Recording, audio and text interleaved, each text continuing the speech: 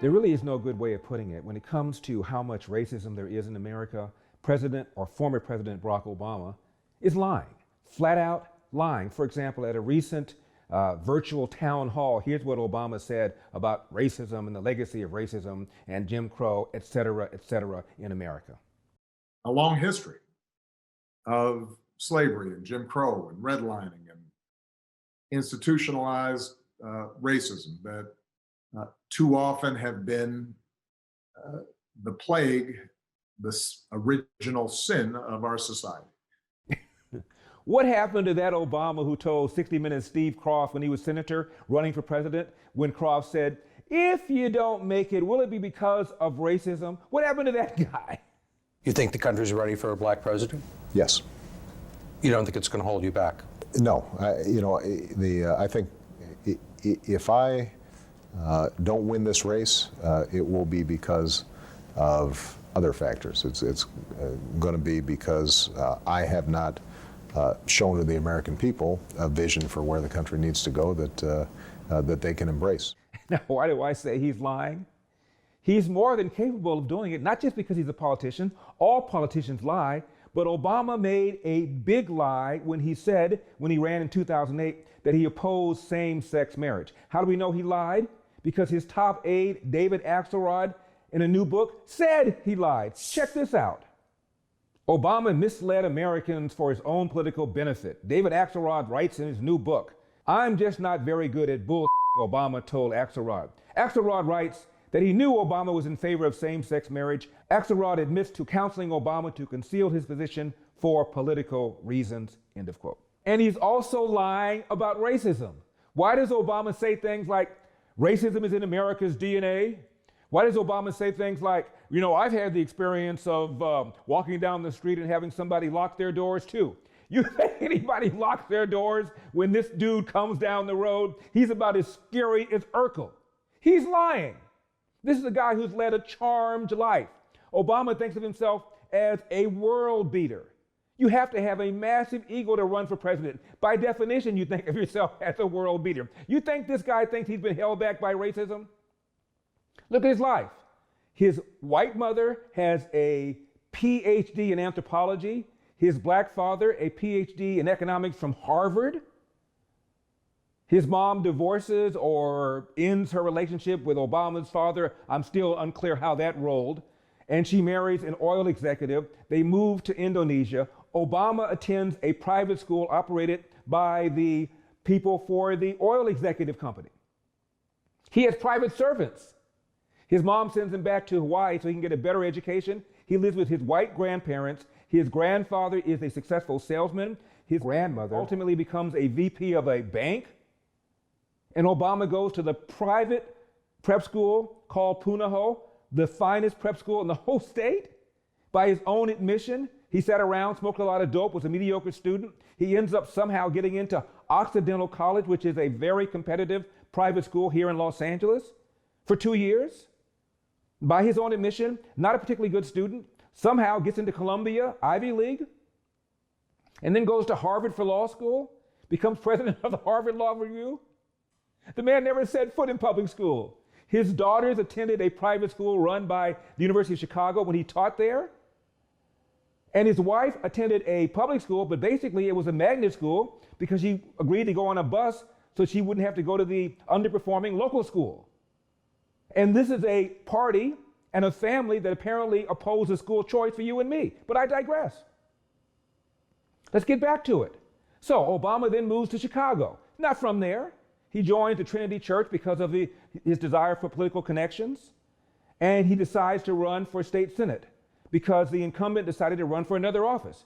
She changes her mind, decides to keep her office. Obama says, I'm sorry, I'm staying in the race.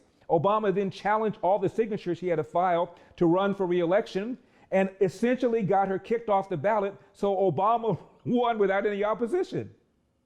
Then Obama decides to challenge Bobby Rush for Congress. He primaries him.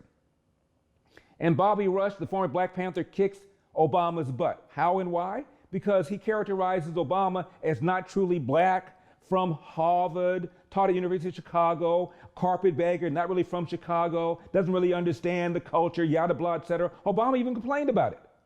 So what did Obama do when he got his butt kicked? He redesigned his state Senate district to make it more white, more affluent, more Jewish, less black, less poor. Explain to me how racism has hurt this man. And then he decides to run for U.S. Senate. And he's not likely to win, but little by little, scandal and other things knock off the front runners. He runs. And he wins. And he gives a speech in 2004. I was there in Boston, an introductory speech to the candidate John Kerry. And he lit the room on fire. He didn't say anything. There's one blue America, there's one red America, there's only one United States of America, there's only one America, platitudes. But it was well done. And I turned to my producer then and I said, this man is going to run for president someday, and someday he's going to get elected. I didn't know it was going to be that soon. Remember, this was Hillary's race to win. And this guy comes out of nowhere with a funny name, knocks her off, knocks off John McCain, and despite this tepid recovery, he knocks off Mitt Romney for re-election. Where has this man been hurt by racism? Tell me, give it to me. He got a higher percentage of the white vote than John Kerry in 2008. And a greater percentage of black voters for the first time in history voted than the greater percentage of eligible white voters did. Tell me how this man has been hurt by institutional racism, systemic racism, structural racism, and the one that Beto O'Rourke gave us, foundational racism. Give it to me. Race has never been a more insignificant factor in American life, and Obama knows it. How do I know he knows it? Because when he gave a commencement speech to Howard University, I think it was 2016, he said to these students, if you could be born anywhere, at any time, where would it be and when would it be? And what did the man say? He said it would be here and right now in America. Because he knows the truth. How do you have the cashews to run for president if you think you're going to be held back by racism? Who was his role model? Please, it is a lie. Just as he lied about same-sex marriage, Obama is lying about this. And why is he doing it? Because he knows that in order to get that 95% near monolithic black vote without which the Democratic Party cannot survive, he's got to get black people angry. What's a good way of getting them angry? Talk about race and racism. Take the George Floyd incident and act as if it's a microcosm of racism in America. Anything bad happening, let's blow it up and act like it happens everywhere all the time. It's nonsense. And his success proves it. Think about it. You're a racist. And you've told people that you're going to vote for Obama because you know that it's the politically correct thing to say. You've told pollsters that. However, when you're at home filling out your absentee ballot, or when you're in that voting booth, you can do whatever you want. And the man won with 52% of the vote. And consider this, before he walked into the White House, after he got elected, President-elect Obama, his approval ratings got up to 70%, 7-0. Now, how does it happen? Even people who didn't vote for him pulled for him. Why? Because they assumed that the Obama they were getting was the Steve Kroft Obama, the one who said, even if I don't win, it will not be because of racism. That's the man they thought they were getting, and they thought that when Obama got elected in 2008, there was now a fork put into the notion that racism remains a major obstacle towards somebody being successful in America. Instead, the Obama they got was the one who invited Al Sharpton to the White House some 70, 80 times. Racism is in America's DNA. There's a place called Ferguson. If I had a son, it would look like Trayvon. Eric Holder, when it comes to matters of race, America is a nation of cowards. Obama knows it's BS. I wonder sometimes how the man sleeps at night because it's making things worse. It means we're not concentrating on schools. It means we're not talking about choice. It means we're not talking about whether or not the welfare state has incentivized women to marry the government and allowed men to abandon their financial and moral responsibility. It means we're not talking about doing something about the borders on the grounds that unskilled illegal alien workers compete for jobs that would otherwise be held by unskilled black and brown Americans and puts downward pressure on their wages. We're not having this discussion. Why? Because we're talking about Confederate statues and defund the police. How does Obama, honestly, I know you're listening to this video, Mr. Former President. How do you sleep at night? By encouraging sloth, by encouraging anger, by not encouraging industry and application. I know you're doing it within the confines of your home. I know you're not telling Sasha and Malia that racism remains a major problem in America, and by the way, the man's going to hold you back. I know you're not telling them that, because that discourages people. And the last thing a parent wants to do is discourage his or her child, because a parent's job, as Dr. Laura Schlesinger used to say, is to give a child roots and wings. And you should do that for Black America, as you've done that for your family. And recently, according to Forbes, Obama and Michelle now have a net worth of $130 million. And check out this humble abode they just purchased in Martha's Vineyard for $11.75 million. Honestly, some of these activists, the ones who are the most angry, are very wealthy in America. How did Alice Sharpton get wealthy? The man, according to the New York Times, at least was one time $5 million light in taxes. How does it happen unless you make a boatload of money? Farrakhan lives in a mansion. Jesse Jackson's a multimillionaire. And all three of them, Jackson, Sharpton, Farrakhan, basically made their living by saying, F you to racist white America. How do they become a multimillionaire? Tell me.